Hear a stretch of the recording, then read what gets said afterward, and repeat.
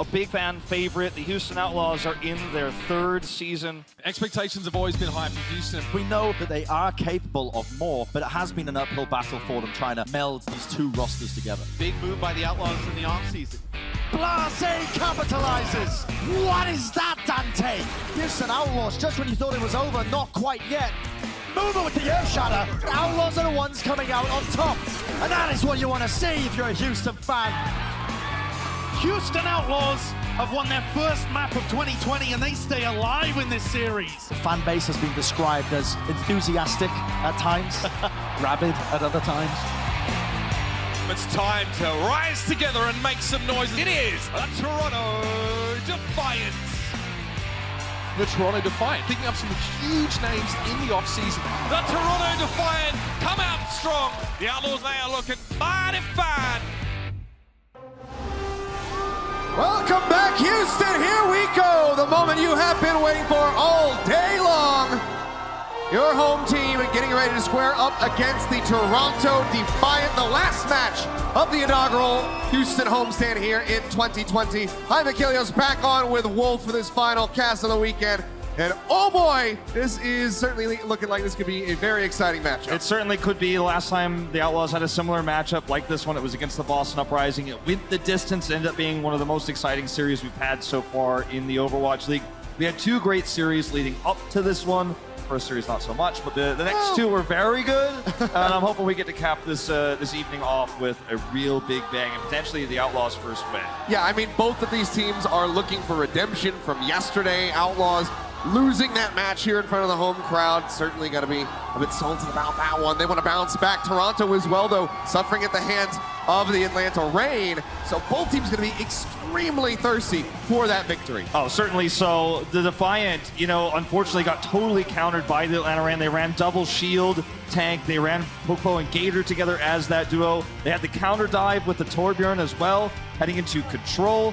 And the Atlanta Reign just had their number. I think in a matchup where we'll probably see more mirror for these 2 teams, Defiant and Houston, they'll have a much better chance than when they're fighting against the Reign, who hadn't shown anything all season and were able to prepare so much earlier on. Yeah, well, to see how much prep the Outlaws and the Defiant were able to get in between yesterday to now. On the other side, though, we did see Houston try some new things. We had Linkser make his 2020 debut here at the homestand, and he had some stellar moments, especially on the Widowmaker. He certainly did. But you know, I have to be a little critical. I didn't think that Linkser made the appearance that people were expecting. I think there was a lot of public pressure on the Houston Outlaws to put him in, but after failures from Blase on hit scan, let's see if he can have a better showing today. It was not bad yesterday, but I think Linkser has much more potential than what we just saw. Now we'll have to see exactly what the game plan is going to be for the Houston Outlaws, also for the side of the Toronto Defiant. But guys, let's go ahead and throw over to the stage where Malik is going to bring out the teams. How's it going, Outlaws fans? And how's it going to everybody watching at home? It has been such a pleasure being back emceeing here at the Overwatch League, and we've been having such a great time here at the inaugural Houston Outlaws homestand. But it is time for the main event of the evening. So please help me kick things off by welcoming to the stage the opponent, the Toronto Defiant.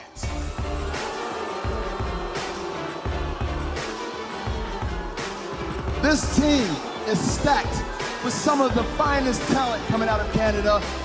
And though they suffered a defeat yesterday, they're going to be looking to bounce back against the home crowd. Will they be able to do that? They got a tall order amongst themselves because this Houston Outlaws crowd is ready to see their team do the thing. All right, Houston Outlaws fans, it is the moment that you guys have all been waiting for. Please make some noise for your Houston Outlaws!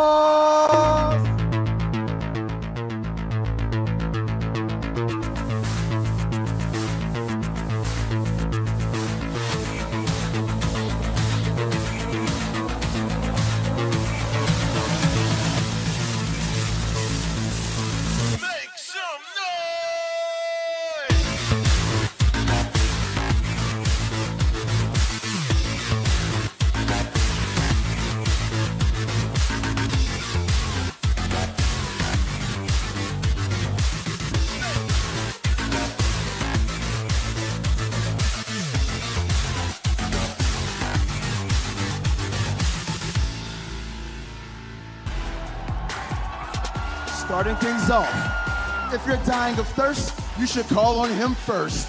It's hydration!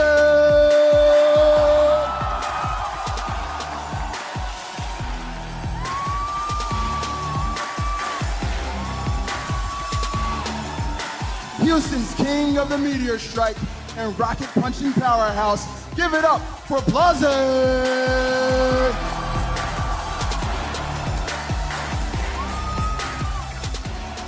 His sleep darts are like unique art. Make some noise for Repel!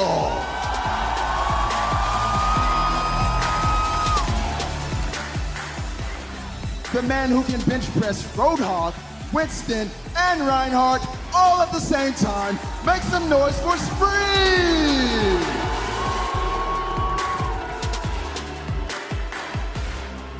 His defense matrix is anything but basic. The Diva Specialist, Meko!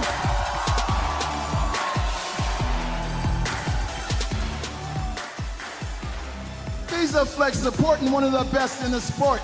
This man never has a bad hair day. Give it up for Ruckus!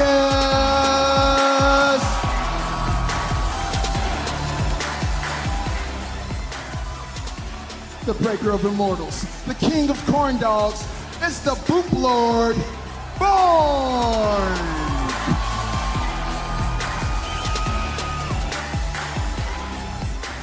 If you're in his scope, there isn't any hope. It's the Finnish marksman, Linkser!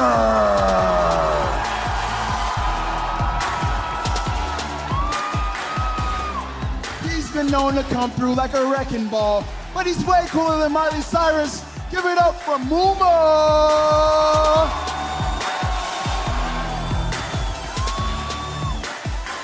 His Lucio play will ruin your day. The bloodthirsty support, Jackson!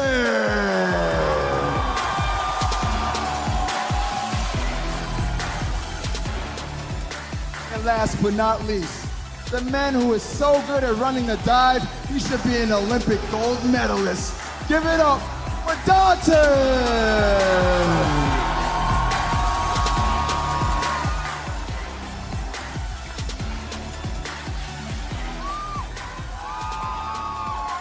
Guess what, guys?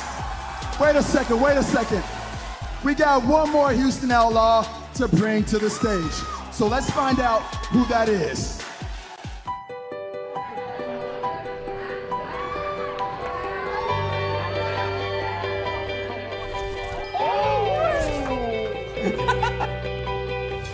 Everyone's feeling relaxed. I'm ready to get gaming, honestly. Yeah, let's go! Let's go!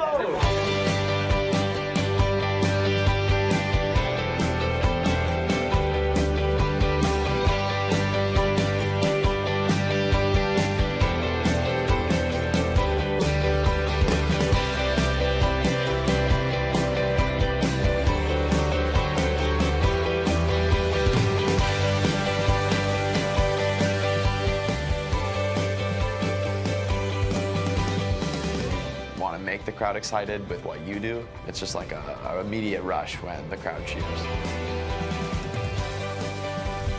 So why are we Outlaws? We do crimes! Let's go! Who runs Texas? We run Texas!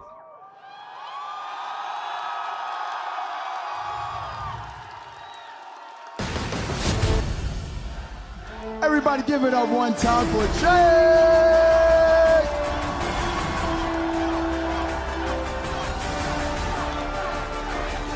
We saw him lead Team USA. We saw him make Junkrat great again. And he is here in Houston with his old Outlaws buddies.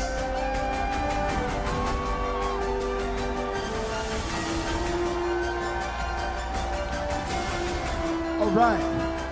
Also joining us here on stage, we got Houston Outlaws General Manager Flame. Give it up for Flame, guys. Jake, thank you so much for coming up here, joining us, and being a part of this, man. How do you feel, man? Is there anything that you want to say to the Houston Outlaws fans? Definitely. What I want to say is that for me, pursuing esports and playing at a professional level was like my original childhood dream. And I couldn't be happier to play for a more amazing group of fans. There's no other city I would have rather played for. And I just want to say thanks for always supporting me and the team through thick and thin. I can't say what a wind at our back you guys have always been. There's just an amazing community of fans behind us. Y'all are awesome and so supportive, and I really always appreciate that.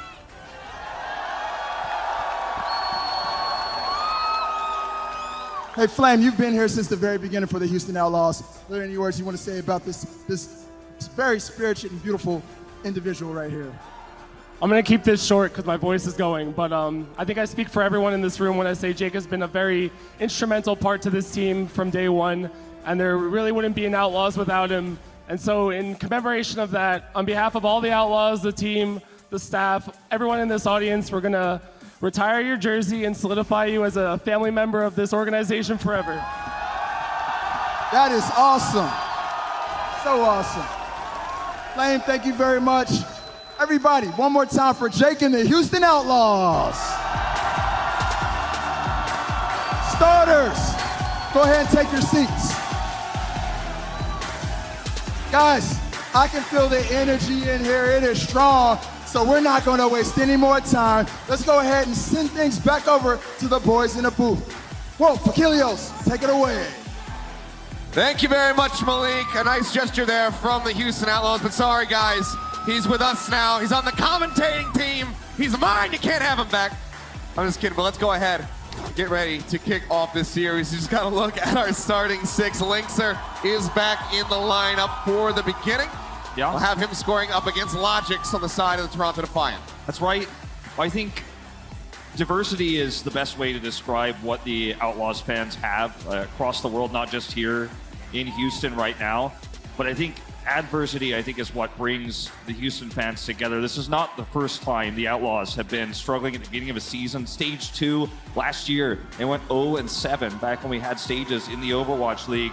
They've got one more chance here against an opponent they absolutely can beat in Toronto in front of the home crowd to take that first win, to avoid the 0-6. The crowd's behind them, and I think the team, it's now or never. It's tonight is the Outlaws' night. If it's not going to be tonight, this might be the beginning of a terrible losing streak. I think they've got to shatter it now, and we'll see if the Outlaws can make that happen.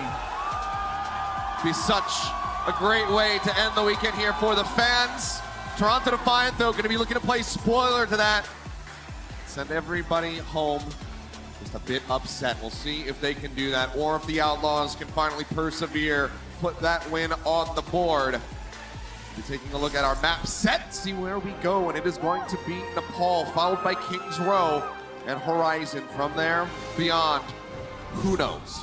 That is, you know, where those looking for that game 5 that I want are looking beyond, but we've got to have a strong start first for the Outlaws. They're running Linkser here. We didn't get a chance to hit on it during the walkouts, but Logix will also be the starting hit scan player for the Defiant, so no Surefour to start. This is a roster where we have seen, you know, a lot more McCree, not really the Sombra that we've seen the Defiant run. No Genji from agilities when Logix is usually on control. So we'll see, I think, a little bit more of a mirror here. The Outlaws tease Muma on Winston, but we all know that's not going to stay. Linkser, however, looking to stick to the point with Reaper. They're going to have to rush in, grab that point first to get the value out of that Reaper and the damage he provides. Keeping it a secret as well here, hidden on the left side. He's going to port into the back. They will be able to press tab shortly and spot that he does have that Reaper soon enough. It won't be too much of a ruse for too long, but here he goes. He's into the back lines. He's looking for a kill, and he finds the first one. Kareem's going to be taken down. An excellent flank from Linkser to start off this round. Logix will go down as well. Nevix, however, does manage to find a hole, pulling Muma into the pit. But still, Linkser now getting cut off by the Maywall, will fall. Group comes through from Jexet, sends Nevix down as well, finding some vengeance for his Reinhardt. Gratian trying to trap Beast in. He's stuck in between two Maywalls, and he will fall. The first lockdown of the point here at Sanctum goes to the Houston Outlaws. A little counter kill here onto Jexet, but he did his job getting that kill back onto Nevix after Nevix was able to pull Muma off. You see the kills come through here on the chase out. This is huge for the Outlaws. Forward aggressive play here from Houston. Will this pay off? Looks like the answer is going to be yes. Rock is able to find 2 kills with that coalescence. Now just getting the cleanup, building up those ultimates where they can. Hydration still quite far behind Agilities as far as the Blizzard is concerned. Yeah, when you go into a choke like that, when you've got Rockus' coalescence to support you, it's reasonable to chase. They have that staying power with the May Reaper composition. Really appreciate the fact that they were able to go forward, get those stackers, but they didn't stay too long. They're back now on the point. As you mentioned, the Blizzard is ready here for Agilities. You can see the flank here, but he slept. Yep, sleep does come through onto Meko. Bionade onto 2. Blizzard gets jumped in over the top, and Muma's bio will be taken down. Nevix finding that kill. Hydration as well going to fall to the Toronto Defiant Diva. Pushing forward now, Houston getting ready to approach 60%. They're still losing out on members, so it seems like this is going to be a flip for Toronto Defiant, who are still holding strong at 6 members on the point. Very surgical there by Karib. He sets up the sleep dart to make sure that Agilities gets the Blizzard off no matter what. You can see the silhouette of Meko hiding around the corner because he knew the Blizzard engage was going to be right on those stairs. He wanted to absorb it, but Karib denies him one simple sleep. Rollstar here, support, making it happen. He's got the nano boost ready now as well. Big 6, however, coming up for Houston Outlaws. Linkster just a little bit further behind for that Death Blossom. Huge Wall comes up, yeah, denying away the coalescence. Rockus, however, not losing out on any members yet, still keeping them topped up and offering a little bit of chip damage. Nevix denies the Blizzard away from Hydration, and Muma gets pushed into the pit right as the tap barrier comes down. Now they don't have the shatter. Thinks they're going to be something out of the Death Blossom, doesn't get any kills. Just chips away at the barrier that Helix had laid down for his team. Nevix back over onto the point, trying to play protection for Beast to keep him alive. Has to retreat, 29 HP remaining in that suit. Meko is going to be taken out of his own. Nevix going to get top back up. Linkster gets pinned. Toronto Defiant so close to losing this point. Hydration trying to fight back and push them across the line. But Muma frozen, taken down by Agilities. Linkster going to be swapping over to the McCree, coming back through as the nano boost gets tossed in onto Beast. But for now, Toronto Defiant will maintain They're control. totally safe. They're good. They've got Agilities again with the Blizzard. We'll see if Karib can repeat that performance onto Meko, who's just now going to respawn. With the remake coming through, Meko going to have the opportunity to shut this down once again. Agility is hiding though, they don't know the angle. They're looking for the wall off. Spotting them off. Nevix is providing information. Did not see him. Linkster could have gotten that kill. Agilities does not get the jump on them. The wall's going to be coming up to protect. Coalescence rolling from Rockus. Trying to find some kills. Bomb to the back over is going to find Linkster. Devastating start for Houston on this, what could be final approach. The bomb gets 2. Going to be a fast reset here. They need someone to tag either Rockus or Jexay as Linkster swaps over onto the Doomfist. He's going to try to rush back in here. Hydration has the Blizzard. If they can buy time, they've got a chance, but he's spotted. He's got to go down through the bottom. Can he get there in time? Walled off. Not going to happen. Houston Eye comes through. Toronto Defiant.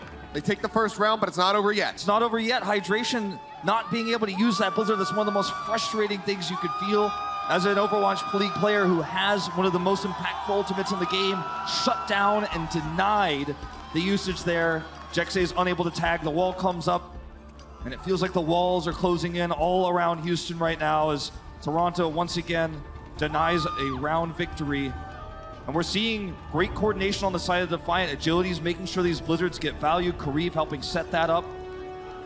Nevix once again shows the Zarya that we saw him play just yesterday on this map, on Village. CP6 with it. Reinhardt Zarya can be quite powerful, especially if you get that point first because of the coverage the wall provides.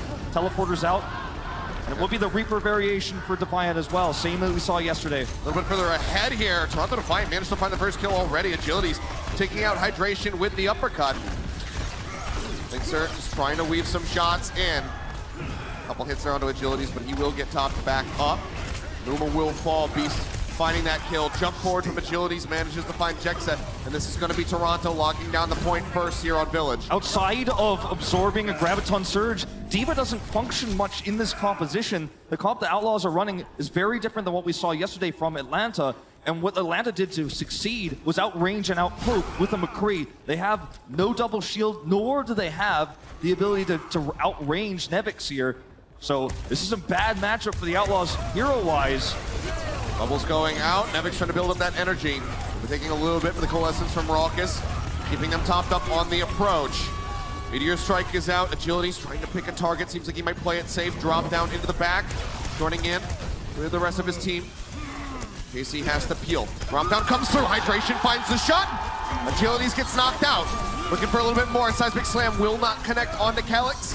He'll turn his attention back over onto the Zarya. Supercharged up though is Nevix, so he burns him down, but the damage is done. Houston Outlaws still coming out on top. The flip is in. They're back in control.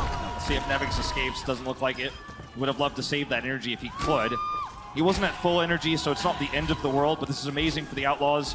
And it's really one of those matchups that can go either way at the tip of a scale with these Doomfist punches. We are going to see a replay here of Linkster getting that chase down onto Calyx.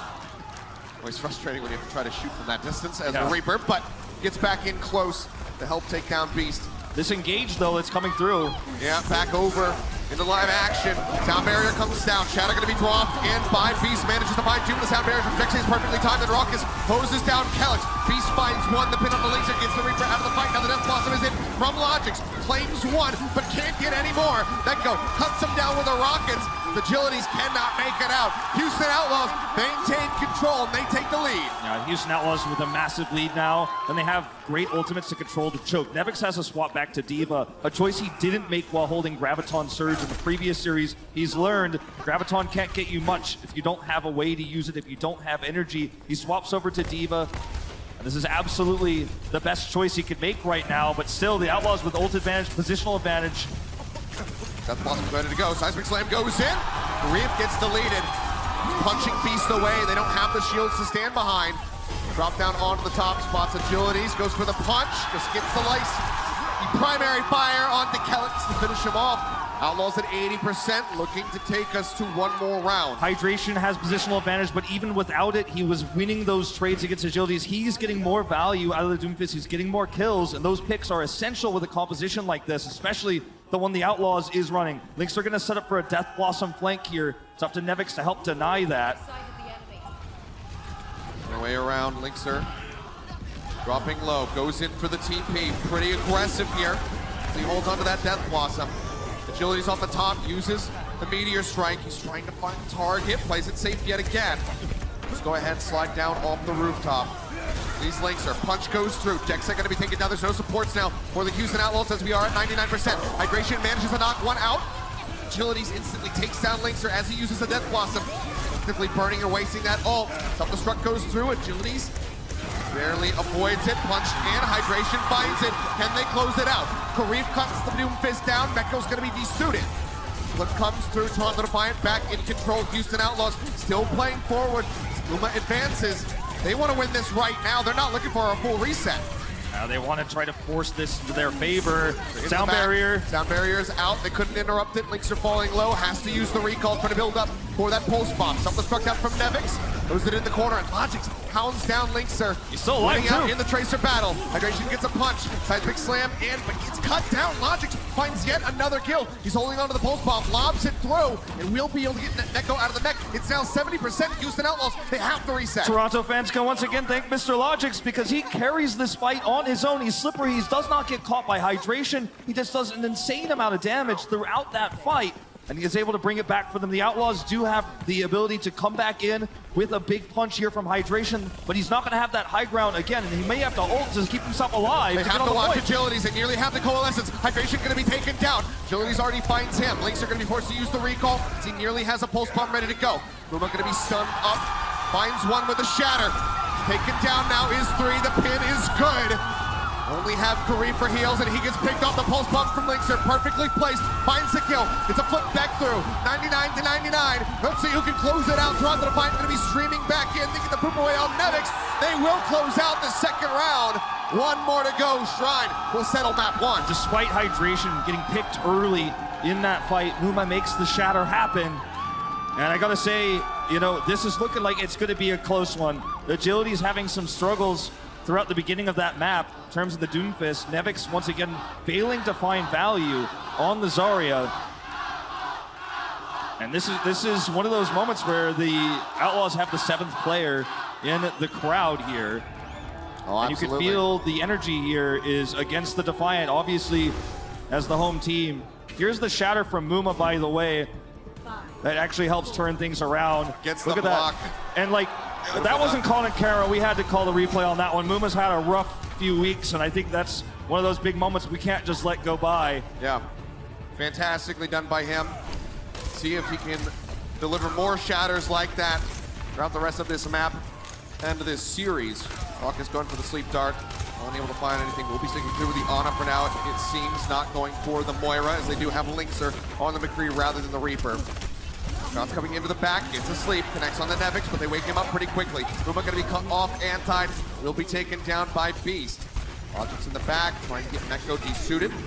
Can't do it quite just yet, but Toronto Defiant will lock down the point first. That heal deny on the Muma is really what messes everything up. You see the resets coming through. Muma's caught in a corner, he can't be healed, even though Raucus is in position to make that happen. So really nice bio there from Kareev, who leads the ult charge right now in Ana v Ana.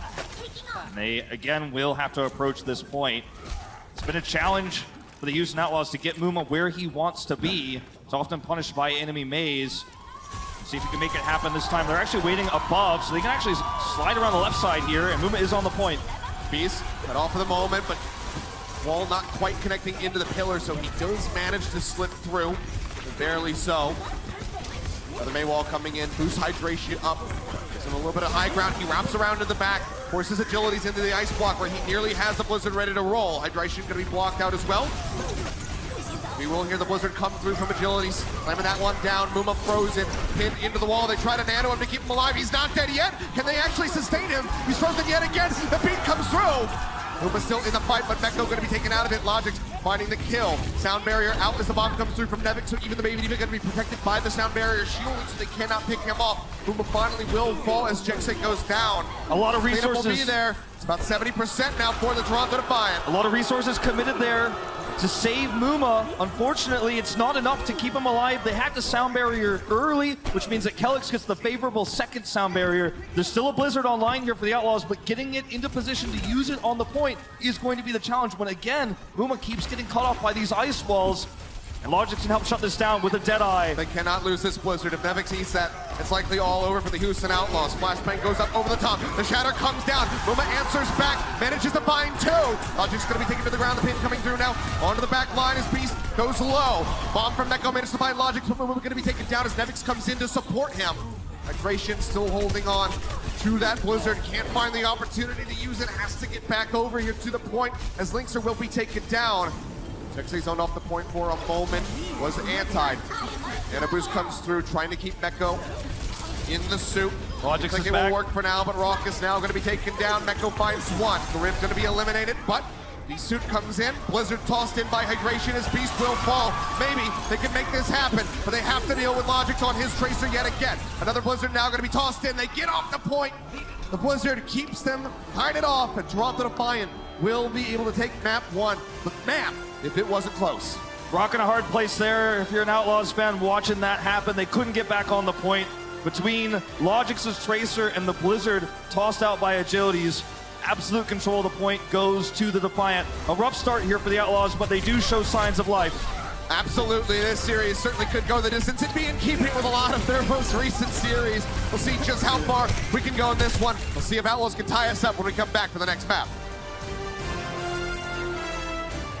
Coca-Cola is the official refreshment of the Overwatch League.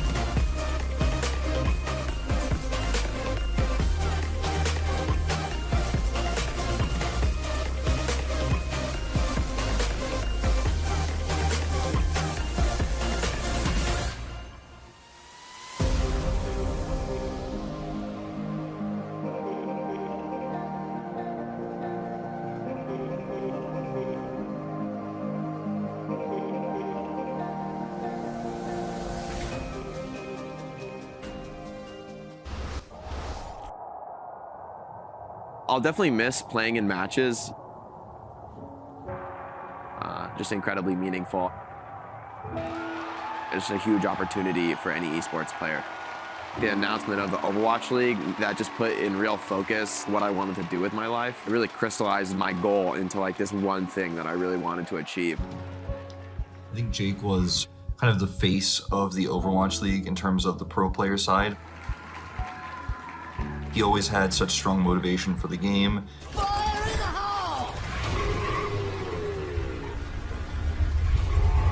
Why not go for it? Oh, why not get killed by Jake's Junkrat tire? On the stage, in front of a crowd, I think that's just such a special feeling. You get so much adrenaline out of it. It's like the time to show your skills. All that work you've laid in previously, now it comes to bear in front of a crowd. My favorite memory from Overwatch League has to be upsetting the Shock last season in Stage 3. There's a big shatter! Oh, they did it again! Hack the world! 0-7 in Stage 2, 7-0 in Stage 2 for the Shock, but this is the Outlaws' day. The win streak is over. The Houston Outlaws defeat the San Francisco Shock. I just remember thinking, like, especially with Dante, knowing that like he had left the Shock, right, traded to us, just as they're having their best season ever and we're having our worst season ever. And I just felt like if there was any match we could win, I wanted it to be this one. For the most pure reasons, right, like playing for your teammates. So I was so happy and so proud when we were able to win that match and upset such a great team. Congratulations on getting your jersey retired. Congratulations, Jake, on your big day. I'm super happy for you, dude. You've inspired thousands of people to play Overwatch. I'm really looking forward to seeing how he's going to bring that passion and energy into the Overwatch League as a broadcaster this year. Being a caster is actually really meaningful to me because for me it's a chance to tell the story of players as I feel like I would have wanted it told as a player. I get to be the conduit between the match and the fans and really, you know, shaping that narrative for the viewers, and I can communicate how much work and passion the players really put out there. My message to future generations of players, of people aspiring to play in the Overwatch League, to play esports, would be just practice, practice, practice. You have to want it more than the next player, you know, like the next person in line behind you wants it really badly. So in order for you to succeed, you're gonna need to go above and beyond and put the work in. To the Houston Outlaws fans and the whole Houston community, I just have to say thank you. I mean, I feel like I was just so quickly accepted and cared for by the fans, and they're always so passionate and supporting us, you know, through thick and thin. This has been like the coolest thing I've ever done in my life, and the fans are no small part of that. I hope the fans continue to support the Outlaws going forward. You know, when times are tough, that's when the fans are needed most, and we have such a great community with the Houston Outlaws.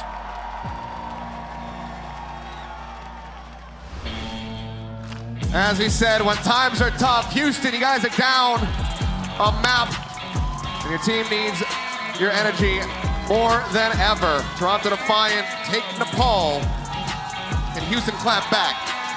Yeah, it's going to be the question on everyone's mind right now is, does the losing streak end here for the Houston Outlaws? Completely different and changed roster from what we've seen the previous 2 years. You know, again, outside of Arhan, who very rarely played for the Outlaws, you know, it's basically the first time we're seeing core Korean players on this roster, otherwise all Western roster.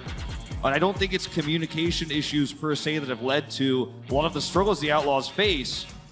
It's just simply getting outclassed in small matchups. You know, the tank matchup with Muma, for example, has been one everyone has honed in on right now. It's the elephant in the room. Everybody's talking about it. You know, he had a great shatter there on Nepal. Wasn't enough to get them that first win, to get them that first map win. But the series is far from over. Yep.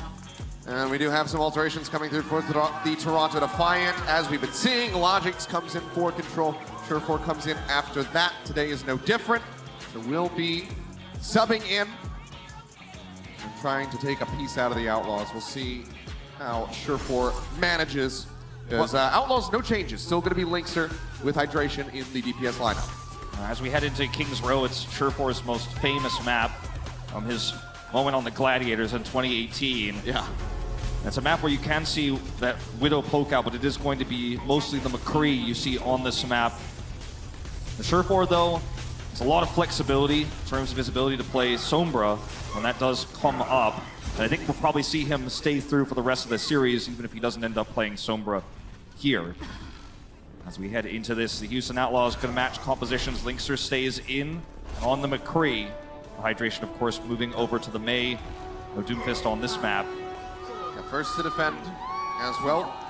Surefour showing the Hanzo for now. We'll see if he sticks with us or it's just going to be a scout. Will just be the Sonic Arrow at the base of the statue to go ahead and see what he's dealing with. So will just be the McCree coming forward now.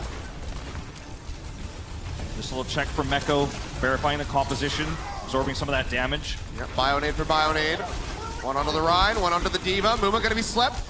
Trying to keep him alive. Spam shots coming through. Rockets with a sliver of HP, barely surviving. No one falling on either side, but plenty of chip damage coming through. Really close call there for Muma, almost getting picked off there on the edge, pulling Meko to the forefront, and the free damage was coming out from Surefour, who's leading the damage in terms of the McCree matchup. Meko Doubling now, it. Gonna be taking a nap, will be woken up. They're knocked down to half as Surefour makes his way over towards the point. Tries to get the flashbang up over the Ryan Shield's unable to do so, but Agilities makes his way around the back, and Muma soon will be taken down. Now Jexi gonna fall, freezes there onto Meko. That ice shot not quite needed to go ahead and break him out of that, but still will be used, and that'll be the cleanup here. As Toronto Defiant their way on to point A. It's the capitalization on Muma's positioning around the statue there that allows Surefour to get so many pot shots off.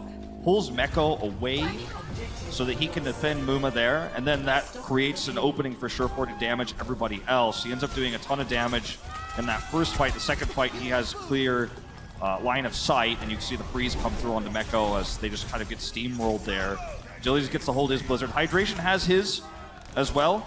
They can hold this choke with it if he can get into position. Shatters out, oh boy, Bionade laid in with all of that. Blizzards will be out from both teams. Beast will be taken out at the cost of 3, now 4 on the side of the Houston Outlaws. Toronto Defiant explode their way through the choke, and we'll be able to continue forward here on the Streets phase. A really unfortunate moment here for the Outlaws. Their one trump card was Hydration's Blizzard. He uses it, but Muma's caught there. The Beast Shatter comes in, and they just are able to force their way through. The Outlaws' best choke point, their best opportunity to really slow this time bank down was that choke. And the Streets phase is so difficult for the defenders here. But, hey, there you go. Great right click from Hydration. It's just Surefour off guard.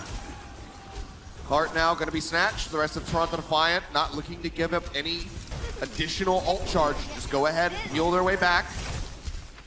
And he didn't get the Blizzard, but he got the stray pick, and that puts them back in the choke, and this gives the Outlaws a real fighting chance here. You still got to be careful, but they have 5 ultimates, so still advantage to them. Just have to play this out right. Great reaction by Beast there when the ice walls come up, he steps back. That ice going to be coming through, bomb toss into the back. Everyone dips inside, sound barriers out from both teams. Meko finds one, Surefour again gonna get picked this time by that self-destruct. And this is great, Hydration's getting closer and closer to that Blizzard.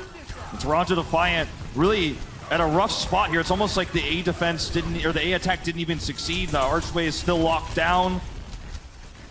And that's, when you're on B as the defender, you have a really hard time defending that sight line, but the choke gives you such an opportunity. And a boost on the Beast, but he's gonna be antied.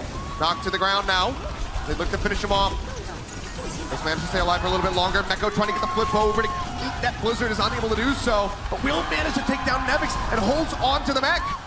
Now gets spam healed back up. Suddenly 3 minutes remaining for Toronto Defiant. A fantastic time by thus far for the Houston Outlaws. Can they keep it going? Oh, down! He doesn't get the Blizzard! That's the tool he needed! Surefour denying away the Blizzard. Is that going to be enough though? Because Beast has already fallen. Bionade lobbed in from Grief, does manage to find Hydration. Outlaws still playing forward. Another flashbang in, but Surefour beaten and battered, does get taken down. Linkster comes out on top. Now he's looking for Kareem. We'll go ahead, turns over, gets the stun. He's trying to get the shots in, but he just can't get through that defense matrix. And suddenly, Toronto Defiant start turning things around. Great play there by Nevix. He saw the opportunity that the Outlaws had. He saw that, charged up Linkster, and he comes in, has the matrix right on top to keep the rest of his team alive. Surefour survives that moment after the stun onto Hydration, eliminating the Blizzard a second time for the Houston Outlaws. They've got great ultimates here, but defending this B point when it's already controlled for the Defiant is so risky. They're gonna commit. Yeah, walls, shields coming up, just looking to get on top of that cart in time. Muma's got the Shatter, Beast does as well. Muma's low on shields though. 5 ultimates nearly there for Toronto Defiant. We'll be able to build them up throughout the duration of this fight right now. Meko with the self-destruct, unable to find anything. Shatter gonna be dropped in, manages to find one. Jekse gonna be taken out by the fire strike from Beast. Hammer gonna be dropped. It's a couple with the sound barriers there from Kelix, keeping his teammates topped up, and Meko desuited in the back as Nevix finds 2 with a self-destruct of his own. They will be able to roll into point B, but with 3 minutes. And with regardless of whether it's Kelix or whether it's Nevix, they are keeping Surefour alive. They are allowing him to do massive amounts of damage. The flashbangs have been excellent. I'm gonna take a look at a replay here of this bomb going over the wall. Slid that one right down off the roof, and just barely. There you go. Yep. Well, I mean, they were breaking his shield. They knew that he was in a rough spot. They were focusing him down from the start. Even the Deadeye committed to his shield. So what are you going to do? Right now for the Defiant, I mean, this is a great time. You've just got to keep the momentum going. Break that shield again, set up a Deadeye. 4 ultimates currently available, but Links are going to be taken out of the equation. Abilities finds a really nice pickoff. Trying to get the freeze on Muma as the nano boost will go through. Now he's going to be stunned up. Sound barrier will save his life, and Beast, his anti cannot get healed up. It's taken down, but Surefour answers back. Ryan for Ryan exchanged. Looking for a little bit more, but now Nevic's going to be gone. They don't have a defense matrix to mitigate the damage coming out from Linkster and Hydration, as well as eat those potential sleep darts and bionades from Raucus. They're going to have to play patient. Agility's, however, still going to be committing in with a Blizzard. Finds the freeze on a Hydration, takes him out. Linkster around the back, tries to get the flank, but can't quite get the shots onto Karev. Rolls forward, goes straight into the May, and now is going to be taken down. Didn't have great routing, didn't have anywhere to go without stranding himself, so the cart will continue to roll forward. A minute 32 left to go. He's stunned. They're trying to move their way up. Shatter comes down from Beast. Muma going to be eliminated. Meko uses the self-destruct. Get the kill here. Ryan for Ryan yet again. Deadeye from Linkster gets Karev. 3.5 meters left to go. Outlaws might just be able to stop it right here. An extremely close call, but it looks like they will be able to shove this back. Linkster being very careful, but they do get the hold here. Really scary moments there after Hydration died before he could use his Blizzard. He had to use his Ice Block to stop the flashbang from Surefour from killing him, but then he was exposed to the follow-up Blizzard from Agilities. Agilities going to have another one very soon. They'll get it before that time is up. That's the really big, scary thing for the Outlaws right now. Maybe Muma can make a shatter happen. I mean, that's the best option right now to slow that down, to slow this push down. Is a big shatter from Muma. He's had a rough time getting those. That or Meko getting an eat on the Blizzard. We'll have to see what he can do. They're pushing up, approaching the corner. Nano boost tossed in. Muma to start. Frozen instantly. They try to stay alive, and there it is. The eat on the Blizzard from Meko. Takes that away from Agilities, but Surefour finds 2 with the Deadeye. Kelix goes forward, gets rid of Muma the Shatter. Not doing anything for the Outlaws. Now Jekse going to be gone. Meko anti taken out. This could just be it. 19 seconds. Can they delay? Can they force out overtime and take the clock to 0? Mixer's on the Tracer, Muma on the Wrecking Ball. Have to keep this one contested. Muma does not get hit by that, but he gets sent into the pit and he doesn't have the grapple hook. A great move there from Kelix. 3 seconds remaining. Meko is here. We'll be able to take the clock down to 0, so at least a boon for the Houston Outlaws, but now the Blizzard comes in. Hydration desperately trying to turn this one around by himself. Surefour just on the outskirts of the Blizzard. Does not get frozen, still taking shots. Sound barrier out from Jekse. Shields up Muma. Bionade onto 2. Links are getting caught up in that one as well. Muma just cannot survive. Another Deadeye coming through. Gets the Tracer. And that will be the finish for the Houston Outlaws. Despite how things started for Toronto Defiant, they managed to drain the clock all the way down to 0. There were certainly some shaky moments there for the Toronto Defiant at the end. And, you know, I do want to focus, we'll take a look at Surefour really quick here on the Deadeye at the last moment. That's the Meko eat. So you have to deal with not only Surefour's Deadeye here as Meko, so they combine those 2 together with the Blizzard, and meanwhile Muma's trying to make sure that Beast can't get a shatter off, so he's not in the greatest position either to deny the Deadeye. And I really do appreciate, I'll reframe this from the shakiness of the Toronto Defiant, but actually what they're doing really well is we're seeing a lot of combinations around stuns. Even when they were using logics previously on McCree, on Nepal, they were tossing his flashbangs over Muma's shield to try to set up for big shatters for Beast. We're seeing Surefour try to bait out cooldowns from Hydration with those same flashbangs.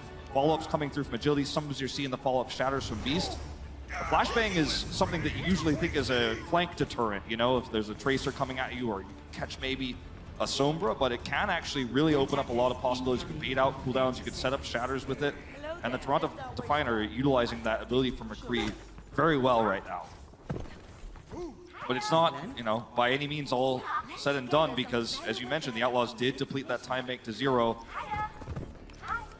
Yep, just need to get to the end with time in the bank for Houston Outlaws. Over a minute of time, I should say. Yeah, then it'll be draw worst case scenario. Yep. See how things go. Obviously, everybody here would like to see a victory on the board rather than a draw. Here they go on the attack. As the crowd comes alive, pushing forward now. Looks like it's just going to be that top right approach. Coming out. We'll go ahead and drop down, start wrapping around the base of the statue. A lot of damage pushed forward on the members of the Outlaws. They're going to have to be careful. Muma stuck into the corner. Wall comes up. Now they're looking for Beast, and they managed to find him. The pin is good.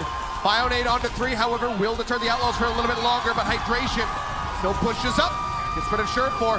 Just like that. Seems like a very similar start to the map. Very great time bank start here. No escape here for Nevix. Gets frozen. It's going to give Hydration more Blizzard charge as well. Amazing for him. And they turned that rough situation, what looked like it might have been a dangerous spot for Muma, into a re-engage. They're still pushing forward, however. Shield raised. Muma is bioed, but so is Beast. It's taken out. Kriv will fall as well. And now you have to kind of just make the call for the Toronto Defiant to just surrender this one over. Outlaws just going to be stacking up more and more ult charge.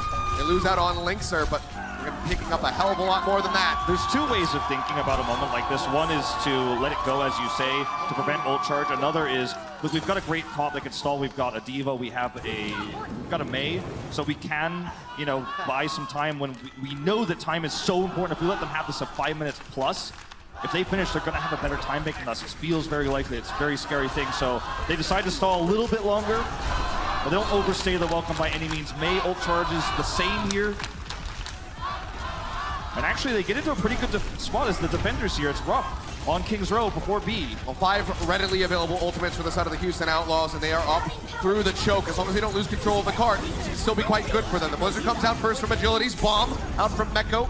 Trying to deter them. That keeps Muma alive as he is frozen. Sound Barrier is well committed to the fight. Kellick's about to have his online. Shatter going to be dropped in. Beast drops one of his own. That's going to be a 4-man Shatter. They hit the ground, and just like that, Toronto Defiant will be able to claim control of the choke. But talk about, you just mentioned it, they had basically all their ultimates. They've got none now, the Houston Outlaws, for this attack. They've given the choke point back to the Toronto Defiant, and Kellex gets to hold the Sound Barrier. So Toronto won that fight with less ultimates, with the counter Shatter that was much more effective than Muma's coming through from Beast. This is best case scenario for the Defiant. Absolutely could not be better. Now, Outlaws need to try and engineer a retake of this card with a neutral fight, no ultimates. So they try the best Defiant with the ultimate that they have readily available. Hydration already nearly taken down. Nevix Flashbang going to be lobbing the bomb up over the top. No will way. get caught. Not sure if that was set up by a flashbang or what, but either way, does get eliminated. Now Hydration will fall. He got split. The team split Muma away, and he's caught out once again. The bomb was at a weird angle, and Nevix was trying to set that up in the choke. Luckily for the Outlaws, at least, Agilities didn't finish his Blizzard because they did get out, most of them, after the fight was lost. But if he gets that Blizzard, I mean, they have the choke, and this is a nice start, getting a sleep dart here, but the Ice Wall's there to protect. They have a window of time here to try to sneak through this passage. They get through the arch. Mana boost invested now. Muma pushing forward. Sound Barrier in response for Toronto. Pin comes through. Muma instantly deleted by the Deadeye. Another combo set up there by Toronto Defiant. Surefour will find Hydration.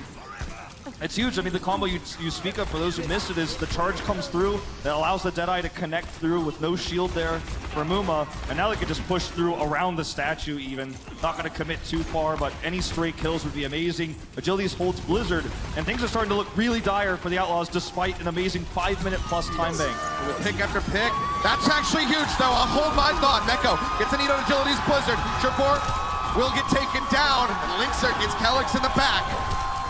By sheer force of will, Meko, he's that Blizzard, and he just starts pushing back for it. He says, I'm not losing right now. We're not getting stopped here. And they do it because of that great eat there by Meko. Linkser is the only one who really uses his ultimate. The Outlaws get to hold a lot of tools to push through this streets phase to B. Look at where Hydration stands right now. He's looking for pot shots. He's looking for that last 9%.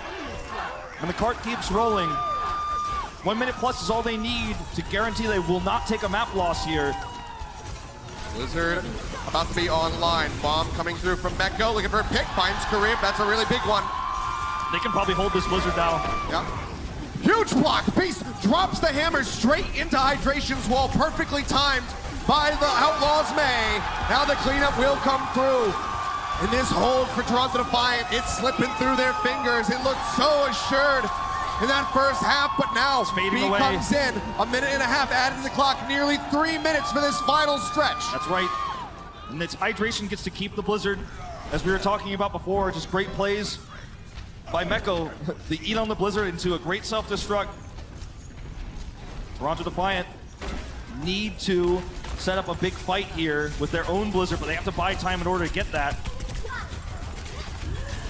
The ult advantage is absolutely for the Outlaws. Here's another Mumanado, but he's slept. It does get slept right up front, but can't quite go for a pin onto him, it would seem.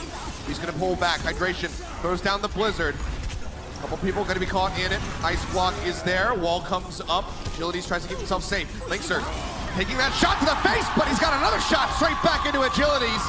Deadeye finds one. Playing well into the back, looking for that flank angle. Something struck from Nevix, finds nothing. Kellick's gonna be taken down with nearly 2 minutes remaining. Houston Outlaws look to push across the finish line. Surefoot, doesn't matter if you're nanoed. Takes a shot to the dome, he hits the ground. The cart will glide forward. 1 minute, 49 seconds. Houston Outlaws make it to the end of Kings Row. Excellent plays there at the end, despite what looked like a devastating stagger on in that archway. The choke that's so difficult to pass through when you're down on ultimates. And it's the individual plays we're seeing from Meko, we're seeing from Linkser and Hydration. You know, and it's those heroic plays that save members of the Outlaws, that set up big kills, whether it's a Meko bomb that gets one kill that allows Linkser to get in position to click heads, or perhaps it's Hydration who finally gets into that spot to drop the perfect Blizzard. It's those small things, the little things, that keep the Outlaws potentially able to take this to a 1-1. Worst case scenario, we go into map 3 with Defiant having that 1-0 lead. So Houston Outlaws should feel very good about this. There's really no downside. Yeah. Just a win that slips through your fingers. Either tie it up or don't fall any further back. So minute 49 on the clock here, which is actually, not the greatest time bank, but it's absolutely winnable. It's just one tick they'll need to take off the whole entirety of A, so it's just one team fight they need. And Linkser, with his first leading shot, could guarantee them the point if he gets a kill. He's gonna look to try it. He waits. A shot onto Kareem could win them this map. If he can just get one. Who misses the shot on the Kellics? Could have been it. We'll go ahead, heals back.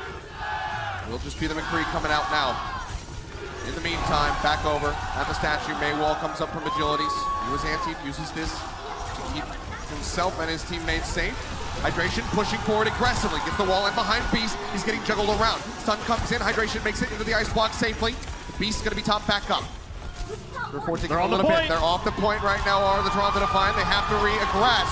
Shield nearly broken for Beast. Maywall not really cutting off anybody. Sleep Dart goes straight into the back of Nevix, and Beast is the first one to fall. Linkser finds a headshot. He'll get a second. He will get a third. Do I hear a fourth? No, I do not. Surefoot cuts him down, but the damage is done. It's a baby demon Kareem against the world, and they're not even on the point. So there you have it, Houston. Tied up 1-1. 1-1. As we head into our first break, a great turnaround for the Houston Outlaws. A dominant performance on their attack, and a first push win in overtime. Looks like the Houston Outlaws are just starting to get heated up, starting to warm themselves into this series. We have the backing of this hometown crowd. Everybody on their feet, elated as we go into the second half, tied up 1-1. Still plenty more Overwatch to be played. Let's take a look at Linkser's perspective here at the end. The hero that they needed. They certainly deserve Linkser. A fantastic re-debut in 2020. Let's see what he's got for us on the other side of this break.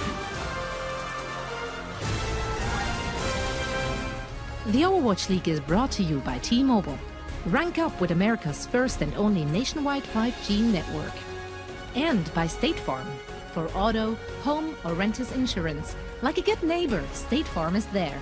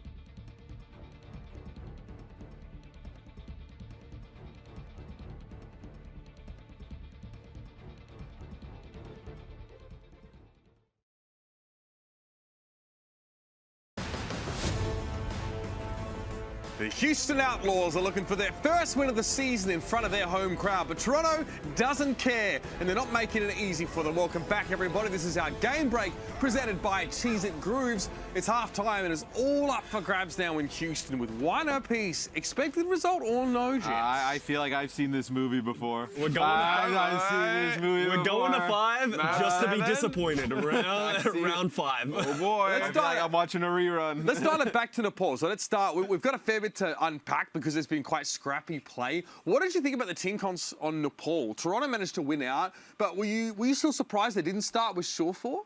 No, it seems like this is a decided decision, probably playstyle driven between Logix and Surefour, where they decide to play Logix in round number 1. We were talking about it in the back, and it's like, oh, well, maybe they want the Reaper, but like Surefour's a good Reaper as well. So maybe you're just trying to find Logix some playtime. And I found it really funny because Toronto Defiant came out with like a double main tank, which they've never really done, and they sort of played something that you don't expect from them, and then they just got hard counted on the rollout by Houston's rollout with a Reaper. So as I said, if I'm Toronto, I wouldn't get in my heads. I would just play the comps, but we saw the Zarya come out from them as well. It actually worked. It did, but they still switched off of it. Who played the Zarya, Johnny? Nevix.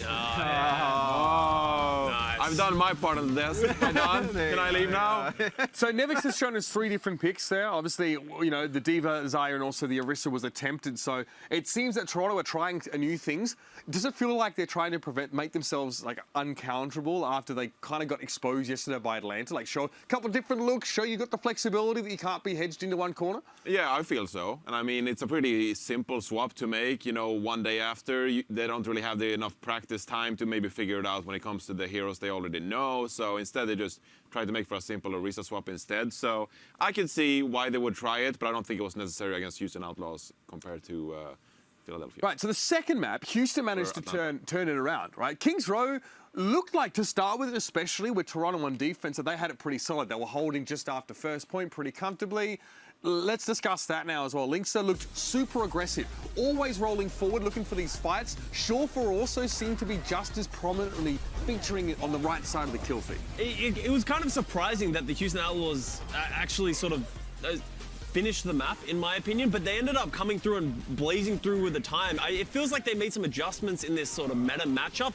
You know, as we said, Linkser is playing more aggressive, but if I was going to make a difference, it would be hydration on the May.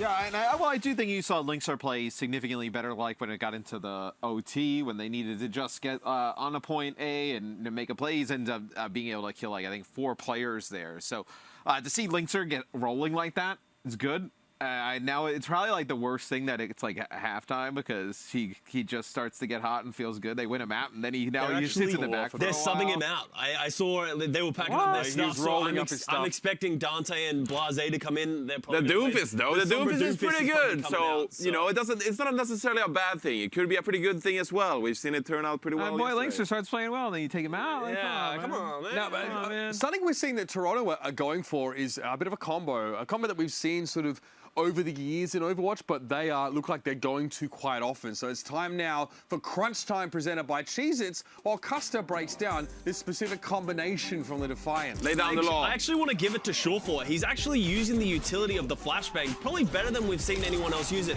Just in this map alone, he actually used the flash to set up multiple stun shatters. We're going to see another one here. He's hiding in the sort of on the right here, hits the flash, gets the stun shatter, and they're hitting this multiple times, and it's such a good combo because it pretty much costs you nothing. Shatter is a pretty expendable ult to use, and here's him actually using it to cancel hydration. Come on, that was luck, that was that was not. Come on. Still using the utility well. Maybe he saw hydration.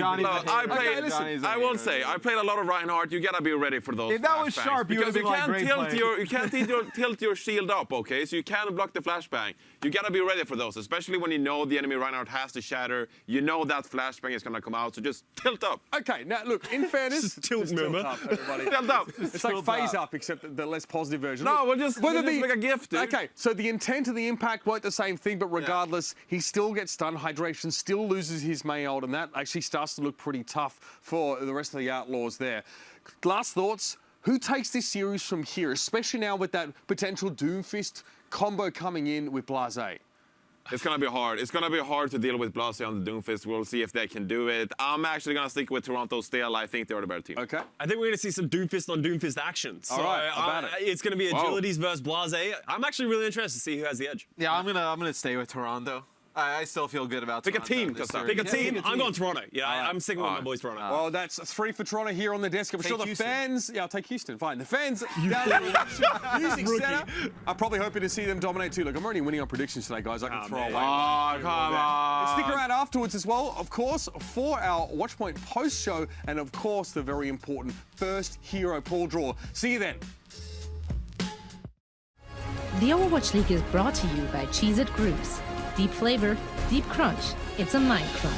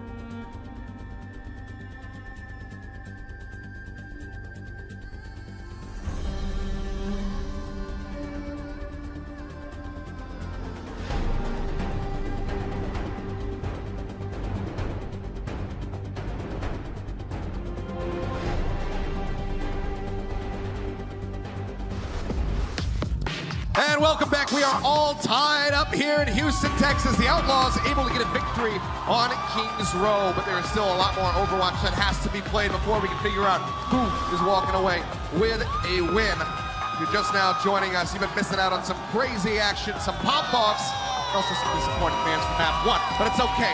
They're back in it. Houston's in the driver's seat.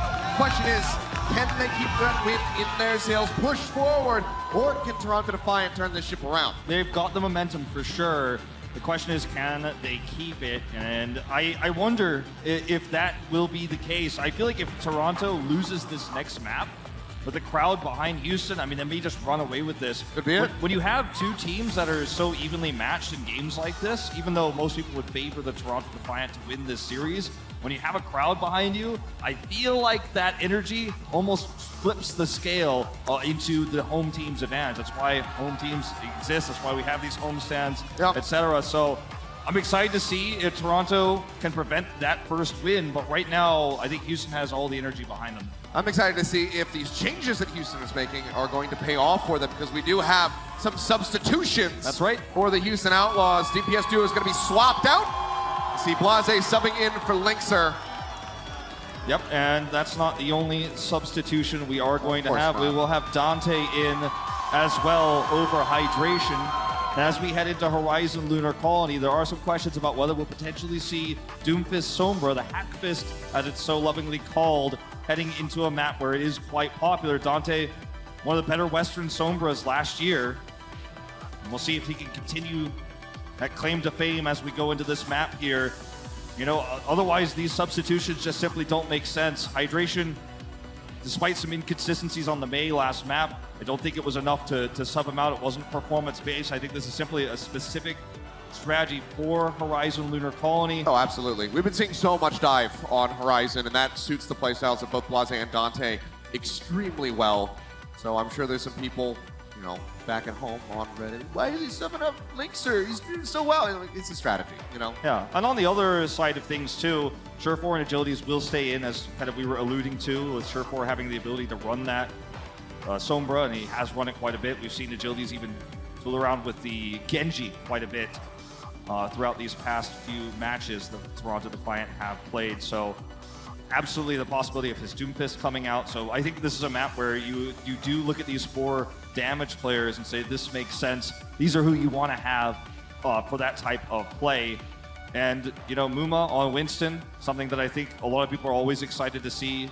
The Beast on Winston, he's been doing quite well, and that's kind of been the focus of the Toronto Defiant throughout these last few matches. You know, I sound like a broken record with it, but they were the team that was really trying to push this dive meta forward. A few other teams have messed around with it, a few other teams have tried it, but it's the Defiant who kind of popularized it right now in the Overwatch League. Well, all right, had a minor issue there, but we have everything squared away, and we'll be jumping into game momentarily. Houston, you guys ready to keep going? That seemed a little uncertain. I'm not sure. Houston, are you ready to keep going?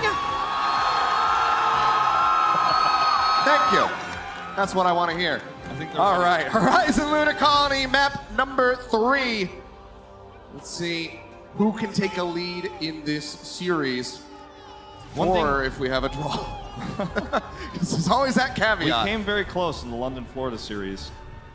But one thing to keep in mind about Horizon Lunar Colony is, even though it's been a while now since these changes came through, the changes to spawn rates on 2CP, Sombra can oftentimes lead to double caps on the attack. You do see Sombra coming through for one or both of these teams, because often Sombra will get an EMP on A and then head into B with that ult advantage.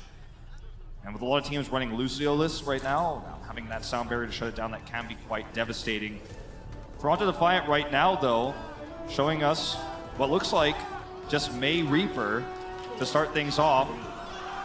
Not going to be going for that dive that they've played so much, perhaps too predictable, but it will be the Hack Fist on the defense for the Outlaws. So Dante rocking that Sombra, he's made quite a name for himself on. Yeah, a couple shots going forward on the Blase as they make their way into the side room. Nevix nearly losing out on the mech. That would have been pretty much an instant shutdown on this first push.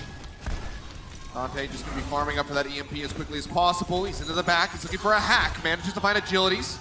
Not much more susceptible at the moment. On to the point, however. One tick going to be given up. Toronto Defiant starting things off. Now the contention coming through. Punch goes in. Manages to find the Diva Mech. Nevix hacked out. Can they get him out though? Jump into the back. Boom, already with a primal rage. Where did this one come from? He's going to start smacking people all around, but the freeze is going to be there. Will be eliminated, but Blase in all of the chaos manages to find Kelix, and now Nevix is going to be taken out. For a bit more though, they're trying to hold on. Dante goes forward. EMP connects on to 3. Nevix gone, as is agilities. That will be the hold. Fantastically done. Some quickly generated ultimates, I should say, for the Houston Outlaws. Same point. It doesn't work unless Muma gets Primal Rage that quickly. Sure, he was frozen and blown up early in the fight, but he got that really big leap in, then the cleave damage got him a fast Primal, which bought enough time for Dante. When you're playing an ultimate-based defense, an EMP-based defense like that, everything falls apart if you don't finish the EMP, and Muma bought just enough time for that. Looking for another hack, but the shield blocks that one off. Bionade connects on the 6 members right now of the Toronto Defiant. Seismic Slam is there. Kelix taken out. Another fantastic first volley here for Houston Outlaws on this defense. Toronto gonna have to reset and go again, and Nevix likely gonna be delayed. And this is when the pendulum could swing for the Toronto Defiant, when they have that Blizzard online, when Kelix can have his sound barrier to counter the following upcoming EMP. But those are the big ultimates for the Toronto Defiant. This is going to be the Houston Outlaws' toughest task yet, because this time they're going to have ult disadvantage. This time, Agilities should be able to get onto the point and drop that Blizzard. Dante will have the EMP before Kelix has his sound barrier. He's actually hacked, in fact, at the moment. And that's how Outlaws turns this around. It's a May versus Sombra ultimate battle here. Bionade onto 4. Looking for another hack. This time finds Beast. Dante barely escapes. 22 HP, but will get topped up by Raucus across the way. Maywall blocks off for a little bit longer, but the EMP is now online. Another Bionade connects onto 3. Raucus on fire with these at the moment. And that means Kelix can't, that last percent he needs so badly. He's got it now. He cannot get caught by this EMP, but he's found. And look where Dante's headed. Nearly 6 ultimates for both sides. Dante playing this one out patiently. Oh, no, sees Kelix, gets the hack. Can they get the kill? He makes it in behind the Rhine Shield momentarily. It will be okay, but he gets taken down. Blase goes into the back. Now the EMP tossed in. Catches the remaining 4 members as both supports die first. 1 minute and 5 seconds remaining. Houston Outlaws take the fight yet again. The Dante substitution is absolutely brilliant. You see his Sombra ability on one of Sombra's best maps right now in the meta. He chases down Kelix. Kelix doesn't know where he is, and Nevix isn't able to spy check and find him. He gets the right-click hack, which allows them to get the kill. He's also patient enough to wait. A lot of Sombras would have just EMP'd as soon as the hack went off. They looked for the kill and the ensured team fight win. Now they have to be concerned of 5 ultimates here for Toronto Defiant, including that Blizzard. If they get the Blizzard down with the Death Blossom, that could be catastrophic for the defense of the Houston Outlaws. Mecco gonna have to be Johnny on the spot, and he is! Agilities gets that Blizzard right out of there as Blase Meteor strikes down onto 2. And this is what you're looking for if you're a Houston fan. The Outlaws, it feels like everything is just coming together. The execution is crisp. They didn't even have to use the rally. And now Dante's got another EMP coming online. Nevix has to try to make it over to the point. He's only got 2 seconds. So desperate. Can somebody tag in? Agilities makes it there first. It's a little bit of shielding. Now Nevix there to try and peel for him as the beat comes down from Kelix. Buma with a primal rage stunned up. Doesn't get to use it, however. EMP nearly online for Dante. Has it ready to go now. He's waiting for his moment, jumps out, drops the EMP, catches 4 members, but then does fall. Blase, however, finds Kelix with the rocket punch, eliminates him, and Sureforce out of the fight as well. Another punch, another kill. Beast is taken out. Blase, this is what he was brought in for, but he gets hosed down by the Coalescence Creep, managing to find 1. Into the back is moving, Primal Rage trying to work his way back over to the point. He might not be needed, though. He is not. 48.6% is as good as it gets for the Toronto Defiant. Houston Outlaws with a dominant defense here. This is how you use substitutions in the Overwatch League. You bring in specific players for one map like this. They play their best heroes. And sometimes they struggle in the mirrors, sometimes they struggle in the meta, but they won the map of Kings Row, came in with the subs, and dominated on the defense here, and they're very so close to taking a lead in the series. The full hold, what a statement to make. They still have to go on the attack. 46.4% is what they need to beat. Let's see if they can do it when we come back.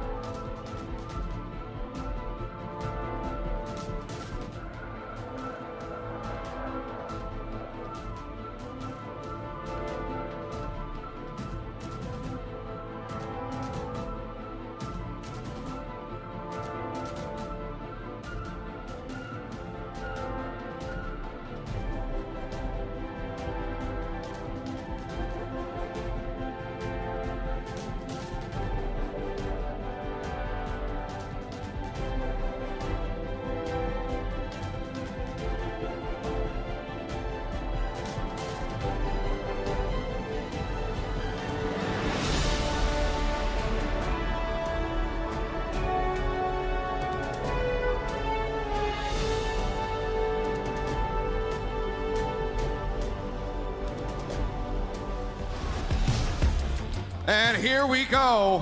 One half of Horizon Lunar Colony out of the way. Houston Outlaws pull off a full hold. That's right.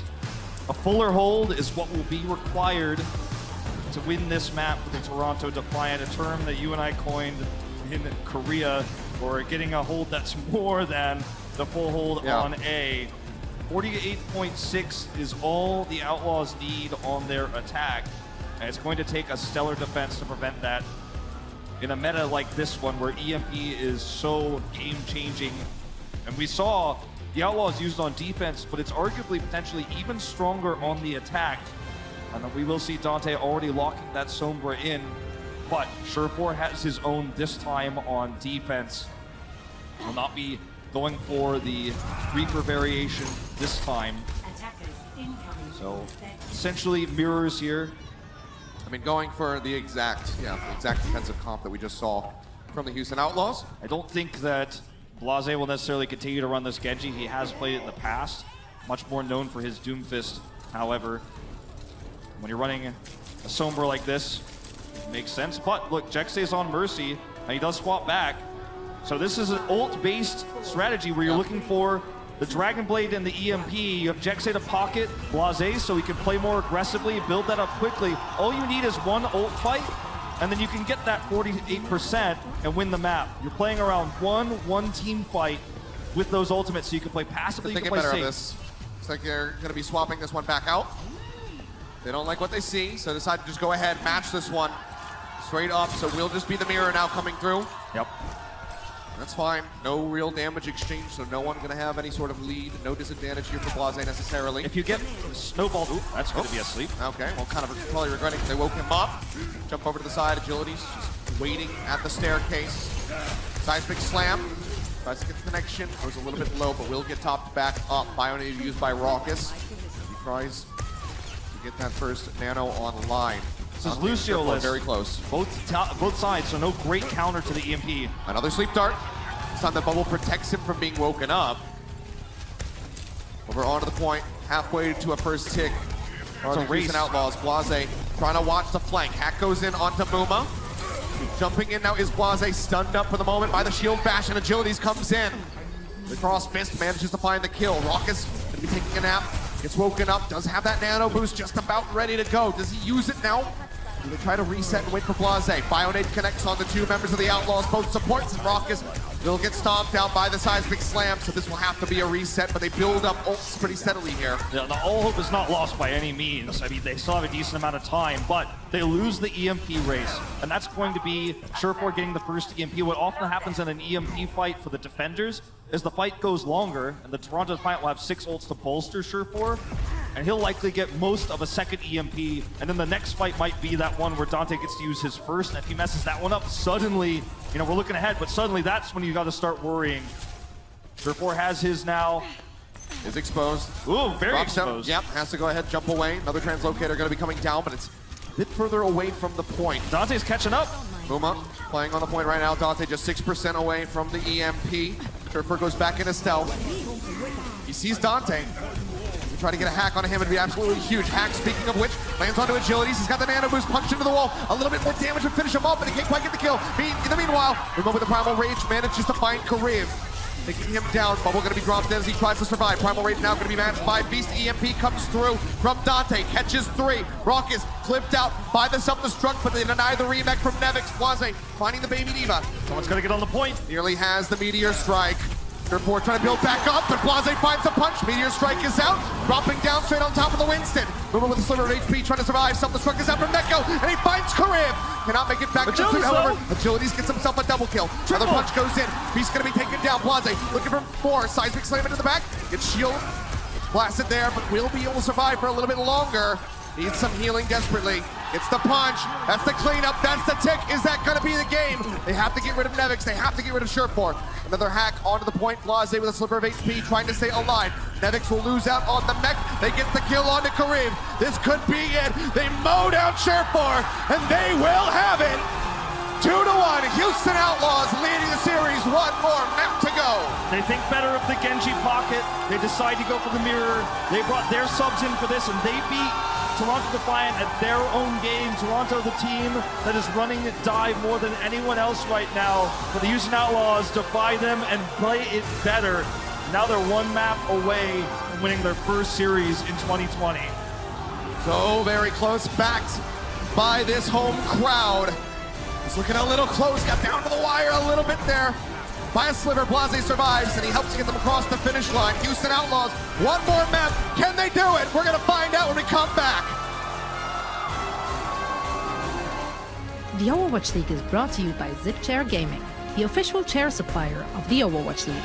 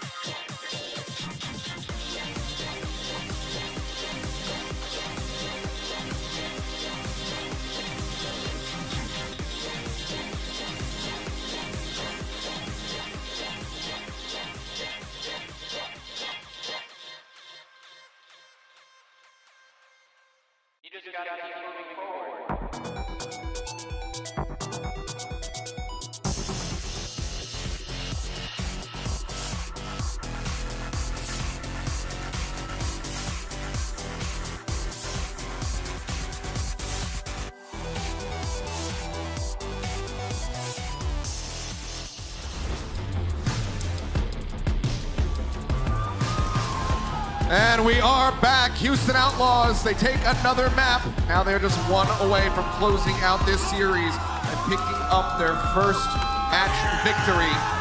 And this is the closest they've ever been this season. A dominant map win that puts them on match point. We know how often the Houston Outlaws go to game 5s, but the momentum is in their favor. They're playing in front of their home crowd. You can't ask for a better chance to break the losing streak right here, right now.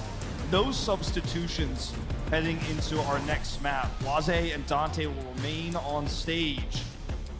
And a controversial decision, or some might say, heading into Dorado, a map where we do see a lot of Widowmaker, and the McCree is much more popular than seeing Doomfist, Sombra, those heroes very unlikely to make appearances. And it may be the Houston Outlaws just trying to break the meta here and saying, you know what, worst case scenario, we've got one more map of control. But, you know, it's been public opinion that, you know, Linkser, should he be in, should he not? You know, it's been the big question. Everyone disagrees, but I don't know, Achilles, for me, I look at Blase and I think he's got a wider hero pool here, and his McCree's not that much worse.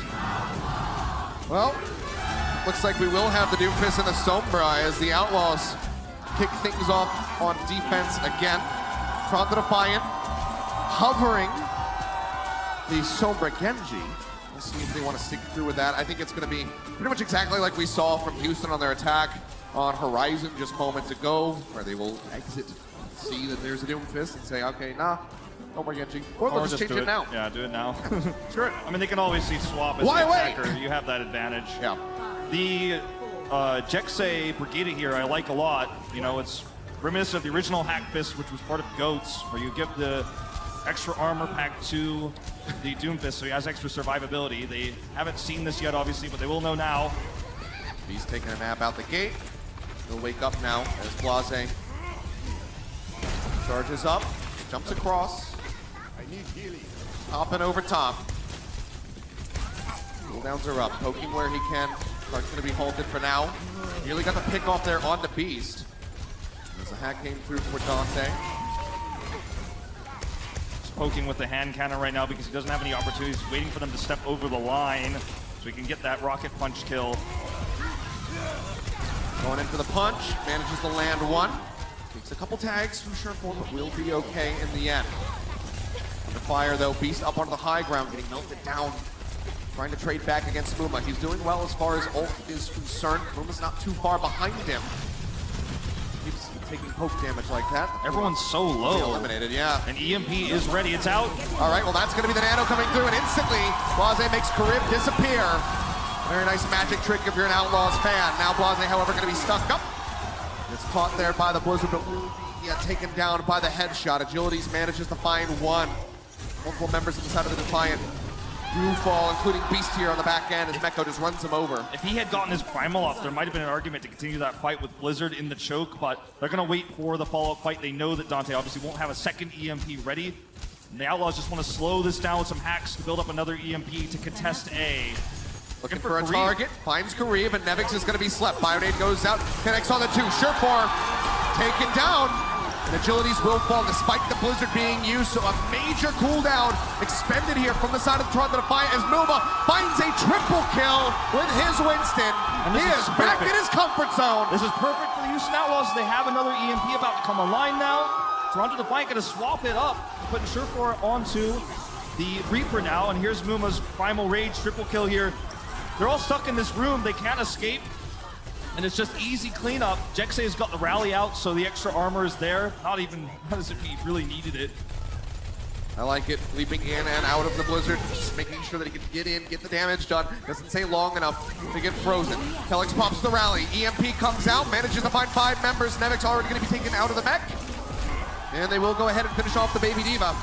Without that mitigation, things become very difficult for the Toronto Defiant. Nano was used on the Sureform, but he's hacked. Can't reliably get into a position to try to do some damage. Blase, this is the shot. Get the punch there. Still gets a lot of damage done. It sets up for Kelix to die. Meteor Strike coming through. Drop down is there. The punch is good. Karib taken down yet again. Blase barely surviving. The Bionade gets tossed in from Raucus. They find it. Houston Outlaws looking like they might be able to get another full hold this time on Dorado. 58 seconds for Toronto. Defiant just simply can't deal with Blase. He's at the back. They're never able to track his angle. Kelix is trying his best to react with armor packs every time he comes in with a rocket punch, but he does enough damage. Muma comes in for the cleanup. The cleave damage is real. Outlaws have another EMP online, their third of this defense. And the Defiant, with the comp they're running, they don't have a sound barrier. Kelix's swap is way too late for that one. They're gonna have to hope for a Blizzard fight here, but I don't think they have any time. They're gonna try to get the coalescence built up from Karib, but that EMP can shut everything down. Already pushing up, EMP comes through. 5 members, Bionade also on to Kelix. Can they get the kills? Meko doesn't find anything with a self-destructed. Muma pops the Primal Rage before he gets taken down. Blase gonna be looking for a target. Muma gets the corner here on the Nevix, trying to knock him out. He was hacked, but he still does manage to find the self-destruct. Muma tries to leap away, but it's not gonna be good enough. Death Blossom from Sureform claims 2. Blase and Jexay both gonna be taken down now. Meko desuited. Seems like Toronto Defiant have finally done it here as we move into overtime. Houston Outlaws cannot contest as you would expect. Dante is in the back just looking to farm as much as he can for the EMP, but they will be able to glide forward. 2.5 minutes. They snatch away point A from the jaws of a full hold, but was not ult efficient. The Outlaws still have high ground control potentially here with Blase on the Doomfist. You've always got to be aware of that. You've always got to watch your flanks against that. See where he is right there in the center of your screen. He's going to try to jump down behind Defiant as they come in, and that creates a great crossfire. Here's the Nano. Nano coming through the punch as well. Not going to connect. Maywall comes up, and he will get cut off a bit, but has a Meteor Strike for a bailout. We'll just be dropping back down onto the high ground, try to maximize that seismic slam damage for the next time. Bionade goes forward, doesn't clip anybody from Toronto, but Muma will stay sustained for now as Meko gets on the opposing high ground behind them, creating a nice little crossfire. Sleep is very nice there on the Nevix. Is that gonna be enough? Dante nearly building up the EMP, just a couple percentage away, but Raucus will crumble under the pressure. 6-man EMP comes through for Dante, but now they need the capitalization. Can they get the kills? Blase manages to find one. Will cost him his life. Nevix taking him down, but here comes the Primal. Muma can be frozen right on the back end of it. Gets taken out.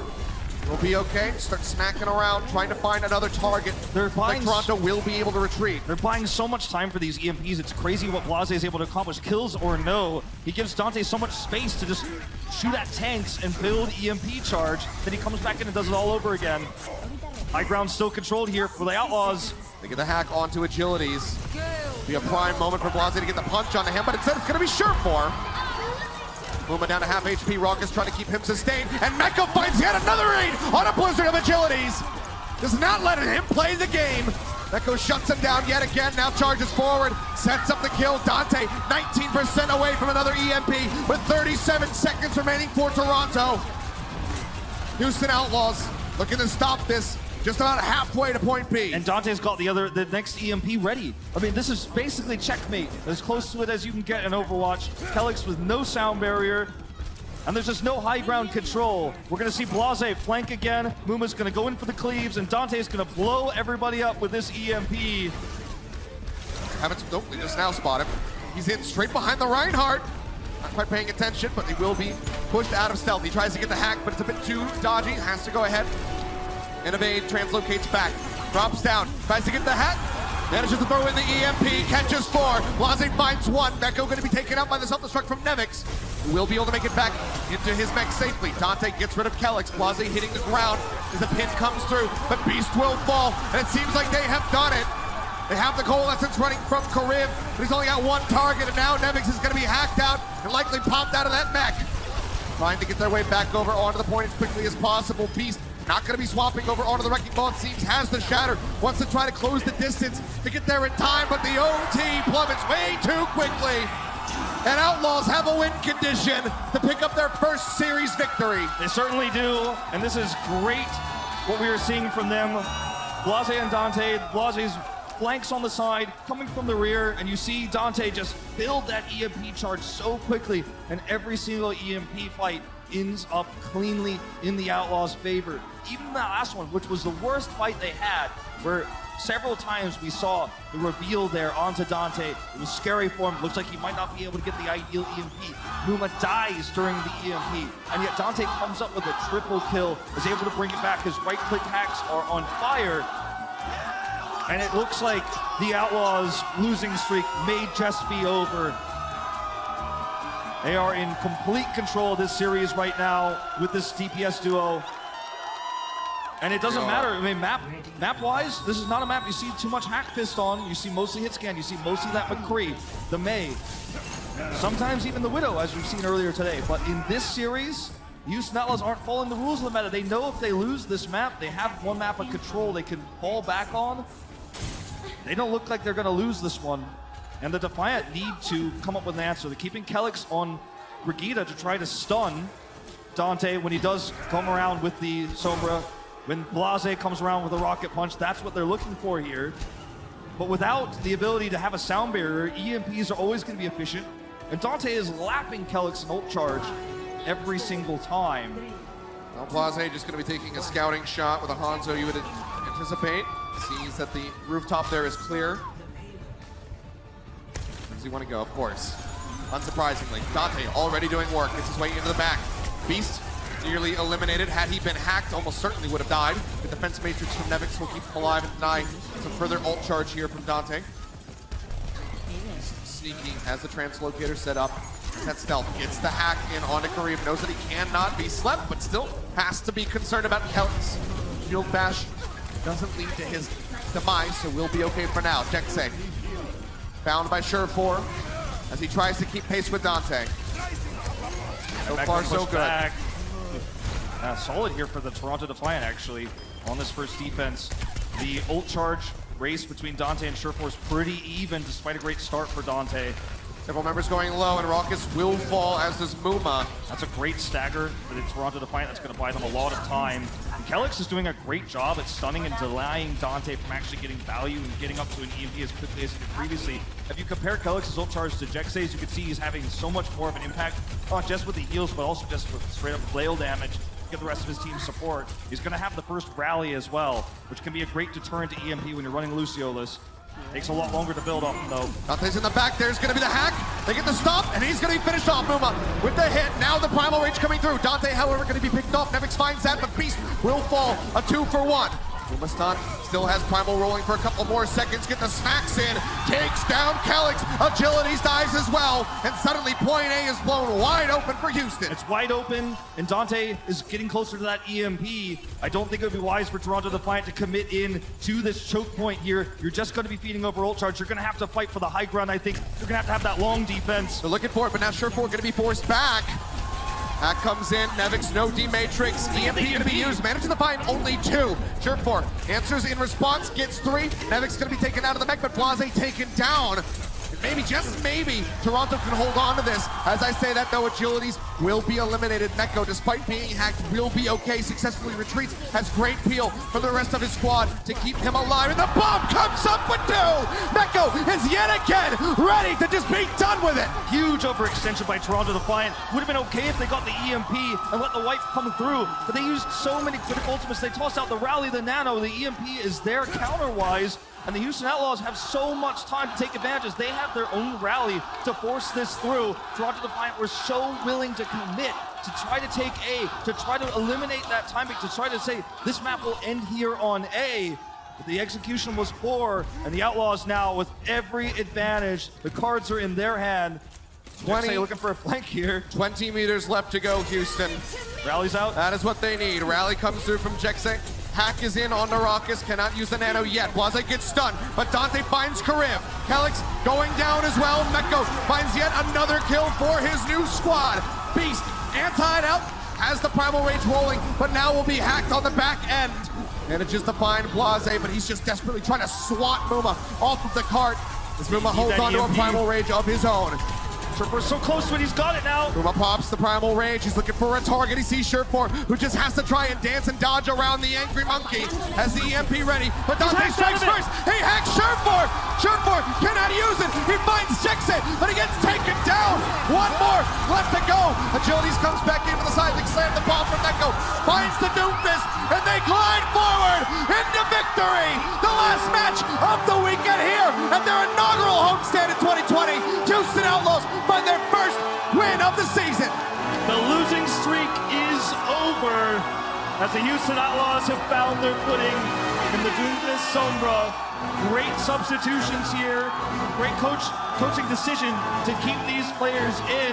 Despite the map, for most teams not favoring this style, they forced Toronto Defiant to play their play style. They forced them into the mirror, and they crushed it. Dante absolutely turning this series around.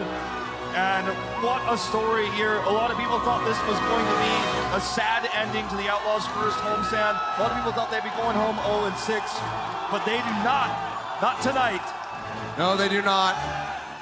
They scoop up this ever-important victory in front of an elated crowd here in Houston, Texas. Absolutely wonderful for the Houston Outlaws, for Toronto Defiant. We'll have to see how they bounce back from this one in future homestands. But guys, who better than to interview a member of the Houston Outlaws? We have former teammate Jake there with Raucus and the rest of the squad on stage. Thanks, guys. The energy here is absolutely crazy. I just wanted to ask you, Raucus, how does it feel to finally be able to play in front of the hometown crowd with this insane level of energy? It's crazy. Actually, you can hold the mic. All right. It's a bit crazy. Like, we got to play Dallas last year, and there was a lot of Houston fans, but this energy is like next level. We can feel it. You guys helped us so much. I absolutely love it. What I want to ask you about next is, looking forward, hero pools are coming up next. Given the diverse roster of the Houston Outlaws, do you think this will be a blessing or a curse for you? I think if we play the way we played today, we're a really flexible team and we're really confident in each other. I think we'll be very good in this hero pool meta. Few people out there seem to agree, but what I want to ask most of all is, looking forward, you've got a long season ahead. Obviously, things got off to a less than ideal start, but now you've got a win under your belt. Does this signal a momentum change for the Outlaws? I certainly hope so. No, I think we had to battle a lot of things. I'm not going to make any excuses, but we're always super confident and we're never going to give up. So I'm looking forward to the next couple games. Thank you so much, Raucous, and thank you to everyone here in Houston. It's been an amazing show. Great to see the Outlaws get their win here today. And back to you guys on the casting desk. Thank you very much, Jake, and congrats again to the Houston Outlaws on the victory.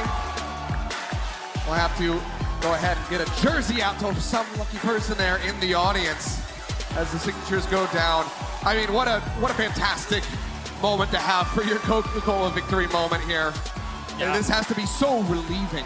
Oh, certainly so. I mean, there's a parallel other world where things went badly after Control, and you know, we're closing the show, throw into the post-show desk. But no, I mean, sometimes the best case scenario happens. Sometimes in esports, dreams come true, and sometimes there is a happy ending. And here in Houston, there absolutely is. This is the happy ending everybody wanted. It absolutely is. See fans traveling from all over the place to be here today, be here this weekend. And it's been a blast. I mean, even just for you and I, first time in Houston, and everybody here has just been absolutely wonderful. Such a friendly crowd, such a friendly neighborhood. Thank you guys for being so hospitable to us. Yeah, it's been a great time here. It's been a great homestand. You know, from the fans to the gameplay we've seen, and Atlanta's first showing. A lot of parity we're seeing right now in the rankings. You know, another loss for Toronto raises further question marks going into our next week of play. We will, of course, have a special announcement in the post-show coming up shortly after this as well. Oh yeah, for sure. Just gotta make sure we get every single last signature in. Whoever gets this jersey, you are extremely lucky. You just get to skip the fan meeting, basically. You don't have to worry about getting signatures anymore. I think some people want to talk to the players more than just want ink. But, more than just the signed jersey, for sure. But there you go. Hydration, you know, present it. Look at this packed crowd.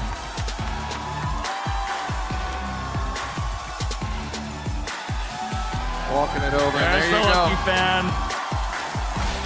All right. Making those fans for life. Making his weekend, I'm sure. Thank you so much for the Outlaws. We're all coming together, signing that jersey. But whew, what a day it has been. It's been a very long day of Overwatch. We started at 12. It's about 7:30 now. Well, Achilles, you know what time it is. It's time for player of the match. This is one of our toughest ones of the weekend. There's so many people that you could give this to, but in the end, I won't spoil it for you. Let's just go ahead and unveil it. It's Blase! Blase is going to get it. He had a great Doomfist performance, and he empowered Dante's Tracer at the end.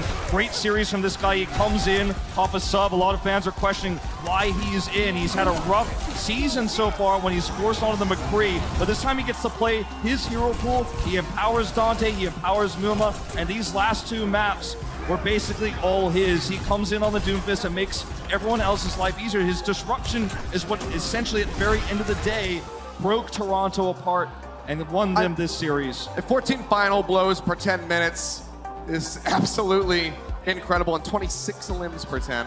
Yeah. Blase was putting up some absolutely ridiculous numbers on the Doomfist, and I just really love this Outlaws saying, you know what?